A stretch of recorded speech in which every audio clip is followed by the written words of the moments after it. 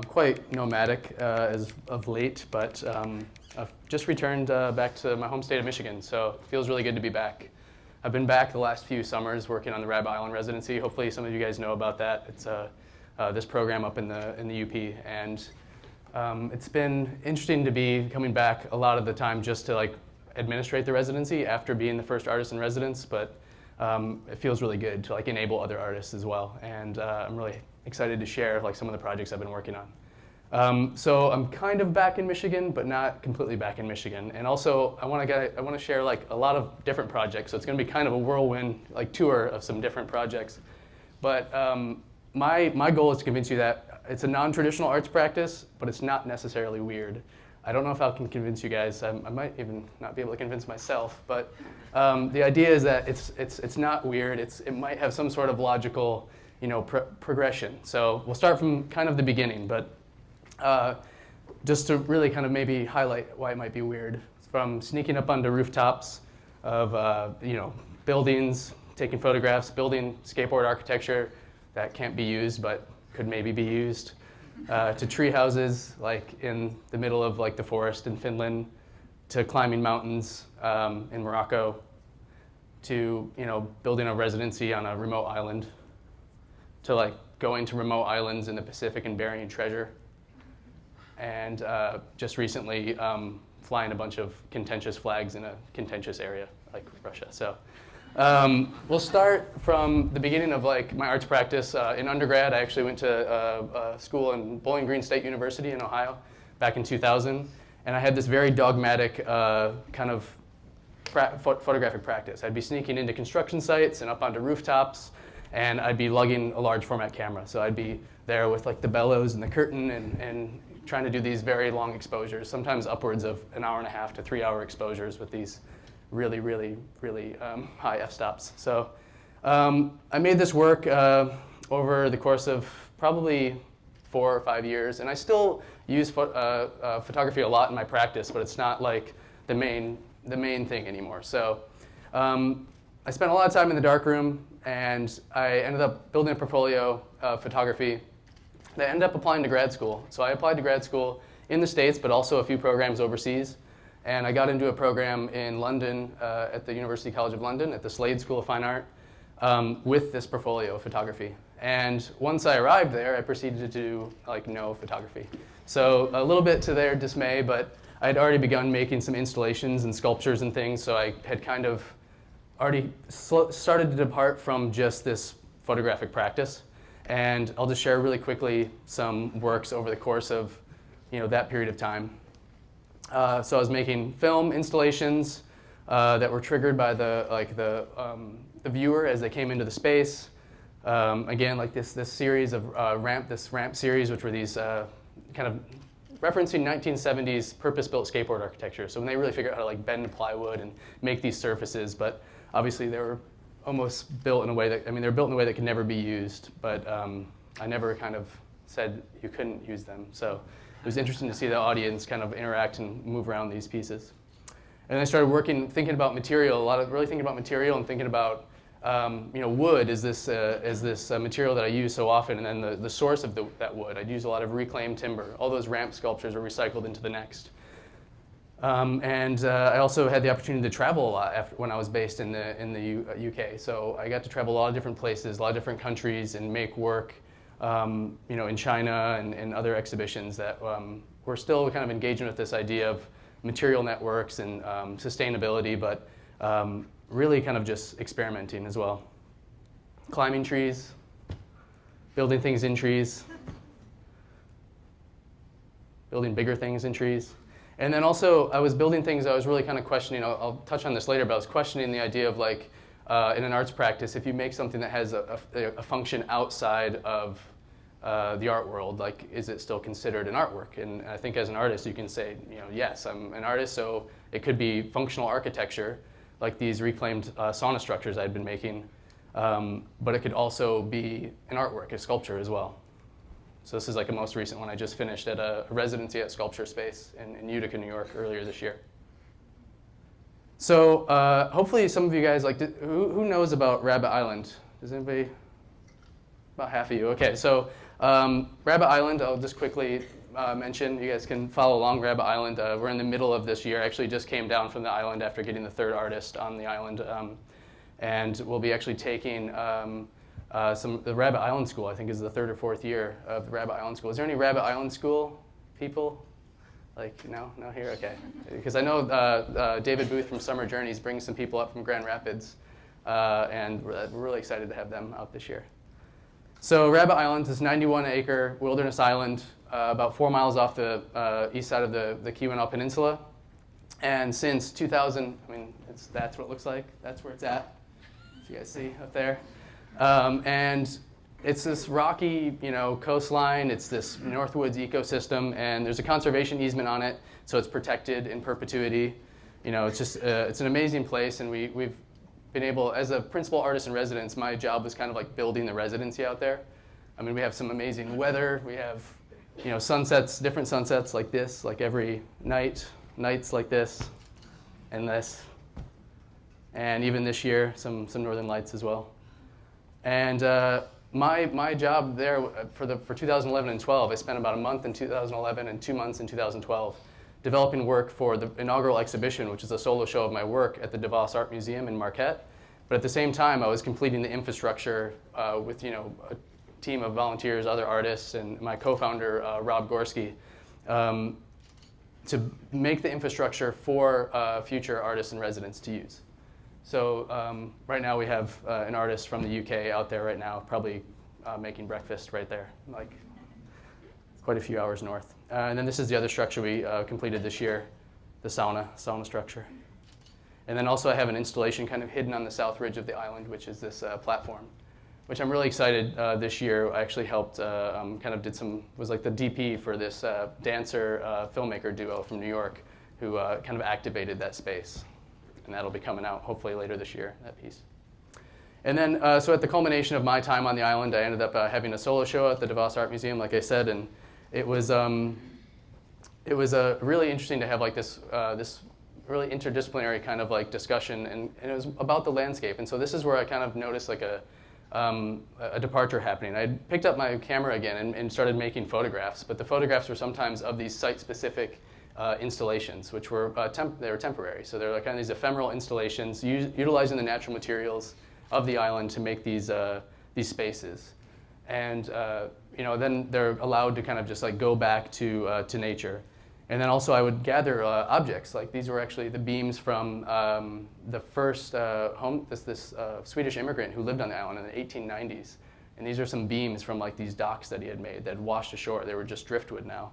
And his name was Berg, so this is a piece called Berg's Tower. And this is also just a temporary installation.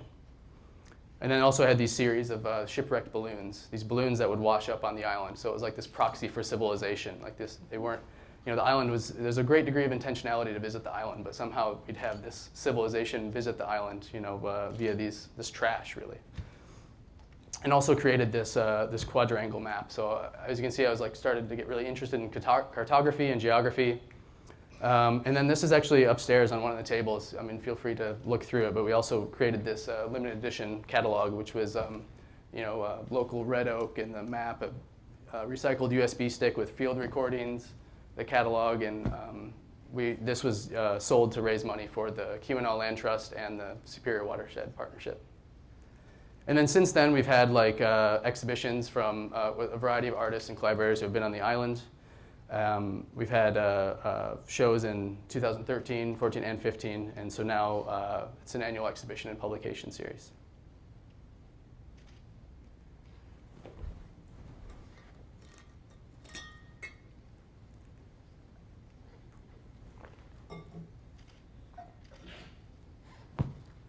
And then just in a week's time, we're going to have Rabbit Island School out there. And this is like a picture of some of the students from down in this area in Grand Rapids who have been up. And around the same time, I was commissioned for the Marrakech Biennale. So the 4th Marrakech Biennale is in Morocco, and it's a big group of international artists exhibiting work. And I proposed a few different ideas, and one was one was just a big installation of reclaimed timber, and then another one was like, after doing a lot of research, I was thinking I want to climb the 7 tallest mountains in the Western High Atlas, and basically take the tops of the mountains off and like bring them down to the people. And so I worked with a local bag maker in the souk in the Medina of Marrakech, and I designed this bag that he made, and I would take each of these bags, there were 7 of these bags with these geologic tools, up the mountains, and then chisel the top of the mountain and put it in the bag, take it down. So these are the 7 peaks of the mountains. And then the installation was actually a 1/1000th scale with Atlas cedar, the cedar that had grown on the foothills of the mountains and was sustainably sourced. And it was situated at the top of the Theatre Royal. It's like this kind of failed national theater there in Morocco. It's not really used, but then it was used for the exhibition. And then, I don't know if anybody's giving me like dirty looks, but so main thing about like cutting the tops of mountains off, if you saw the picture, it's like crumbling scree and like, quite, there's a lot of, after a winter or something, that top would have kind of cracked off anyway. It's very, very loose mountain tops. But then the second reason as well is like at the end of the exhibition, at the end of the whole Biennale, I actually took down the installation, resummited each of the mountains and put the piece back exactly where I got it from. So that was the piece. So around this time, like I had just come back from the exhibition at the Devos up in Marrakech, and I was thinking about these kind of expeditions and like working in the field and in the landscape directly and making work that wasn't really performance art, because I would never consider myself a performance artist, but I was very much like immersing myself in the landscape, and the work that came out of it was not objects that you could really show in a gallery, but it was the actual journey. And so on a whim, I just went to this conference at the Royal Geographical Society, and it was my first time attending the conference, but it was like really eye-opening. So it was like really detached from the art world, which I didn't really engage with anyways. I don't like art fairs. I don't really go to like galleries unless my friends are in the show. I prefer to like read books and listen to like science podcasts and things. So I try to like avoid some of the art world, especially living in London, which I kind of felt it was a little bit, I don't know, it was frustrating sometimes. So I went to this conference thinking I'd meet no artists, but there was like a couple artists there, and they were really engaged with this idea of field work as a medium and field work as like a methodology. And sometimes the work itself is the field work. So they almost work like field scientists, but they are, the work is not data. It's not just data that's used scientifically. It's actually kind of, it's more of the process, and it's all about just kind of immersing yourself in the landscape, whether that be a remote place or somewhere that like close to home. And so that formed a lot of new ideas, and then I was able to make connections with curators I'd worked with in the past, and this idea of arts and ecology came together, and I was able to be a fellow of this organization called the TBA 21 Academy. And the TBA 21 Academy is it's this project as part of this kind of this big contemporary collection in Vienna in Austria, and they have an expedition yacht called the Dardanella that has been like sailing around the world, like working on these art projects really that are about conservation, especially of marine environments. And so Cocos Island, it's this remote island out in the Pacific. It's like a 3-day sail from Costa Rica. We were living on this boat, this like expedition yacht, but we were there at Cocos Island to bury a treasure. So it's actually the inspiration for Treasure Island, Cocos Island, and it hadn't had a treasure buried on it in 200 years. But we got permission from the Costa Rican government. There's about 30 artists in this vessel, this contemporary treasure chest. And I was fortunate enough to have a piece in there, but there's also Olafur Eliasson, Marina Abramovich, a variety of artists in this treasure chest. And the idea is it's a buried exhibition. It's an exhibition no one will ever see. So it was kind of like questioning the idea of like collecting, because the idea is we took this treasure, found a place on the island, or maybe we didn't find a place on the island. Maybe these photographs are staged. I actually took a blood oath. We had to like prick our thumbs and like stamp our bloody thumbprints on a document. But we buried the treasure on Cocos Island, and there was a second treasure chest that was made, which had a codex, and that was encrypted to like basically it's another artwork, the actual second treasure chest, and it can never be decrypted. It's impossible to decrypt, and that was auctioned off. In New York the second treasure chest, and it raised $150,000 for conservation of the pelagic species around the island, which are plentiful. Like, we basically dove 3 times a day for 10 days with hammerhead sharks, white-tip reef sharks. It was incredible. I basically just got my, my PADI certification just before going on this expedition so I could do all these dives. And then, part of that conference, this conference that I returned to again, I was able to share these projects, and I was invited back to the Explore conference at the RGS to, show some of these works, like this idea of art and expeditions as art. And part of that was forming these other relationships. And one of them, just from going to this conference, which was very outside the art world, was with this organization that has a research center in the middle of the Peruvian Amazon. And it's like one of the most biodiverse places on Earth. And I got to go live there for a month, thinking I'd just be this kind of expanded artist in residence, but then they gave me this title, Community Innovator. And so then I had to interview all the people who are there at the site, and also go out with the scientists. And I'd be doing my own work, but I would also be kind of interacting with them, seeing how they work out there in the field, and what I could do to help kind of catalyze a new infrastructure, not just the physical infrastructure, but kind of the conceptual infrastructure of how the different parties interact with out in the field there. So there were the volunteers, there's the staff, the local staff, and also the tourists, sometimes these eco-tourists that come in as well. And so what could we do to really kind of bring a sense of place, and also really highlight the conservation that needs to be done there in a place that's changes all the time, and it's really interesting. This is just, I was there for a month, and the Rio Madre de Dios, this huge river that comes down from the Andes, would be raised and lower by at least 12 feet or something just in the course of a month. Really interesting place, seeing animals I'd never seen, like poison dart frogs, actually tracking jaguars and stuff, trying to go towards them as opposed to away from them. Bugs that might not be identified. I mean, on multiple occasions, I'd come back to camp and someone would be like, oh, this butterfly is new to science. It's just insane. Woolly monkeys. Oh, I should go back to that for a second. So I was out on a visual encounter survey. It's called a Nevez, a night vez. So you're out trying to track things at night. And the things that had the most eye shine were actually these spiders. So this guy's about the size of a dinner plate. I didn't get much closer than that.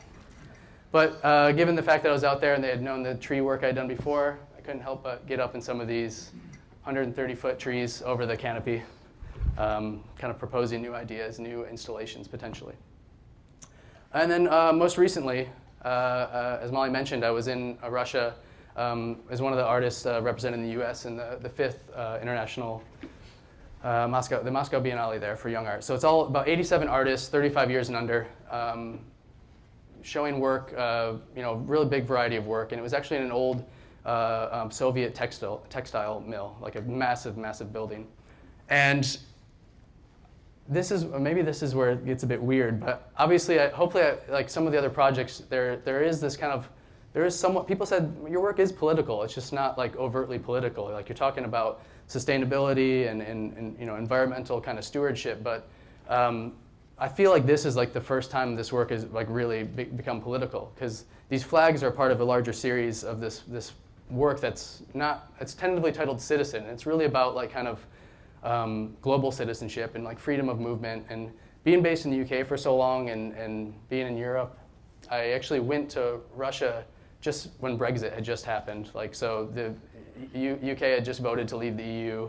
The way immigrants were being treated throughout Europe was pretty appalling. The violence here at home, and then also Russia's latest kind of the Russia's movements over the last few years, annexation of Crimea and all these different things were kind of informing this project, which I'd been researching for about 4 or 5 years, and it stemmed from, this idea of sovereignty, and also using the kind of the subject of sovereignty and remote places. So it started from these Spratly Islands in the South China Sea, which also just when I left Russia had this landmark ruling for the Philippines in the South China Sea, and so those flags were these kind of representations of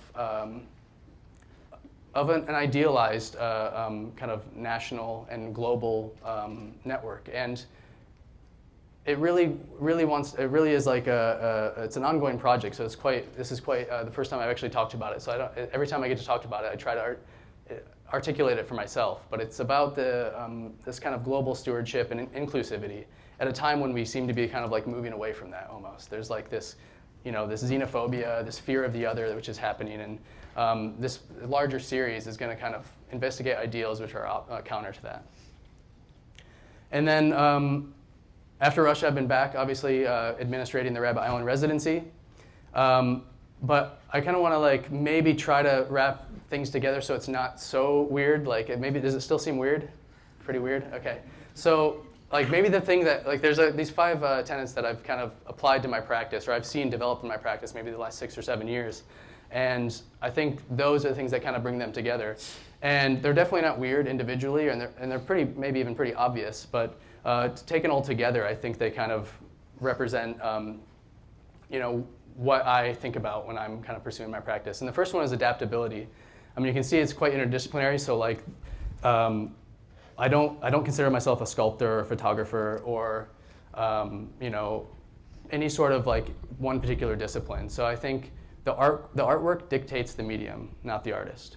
So if it needs to be a photograph, it's a photograph. If it needs to be like a larger project, it's a project. If it's a sculpture, that's what it is. And then the second one is permanence. So I think like on a long enough timeline, like all art is temporary. I mean, you can get pretty like Tyler Durden-esque, I said, or something, and just be like, the sun will eventually explode and all the art will be gone. And the earth will be gone.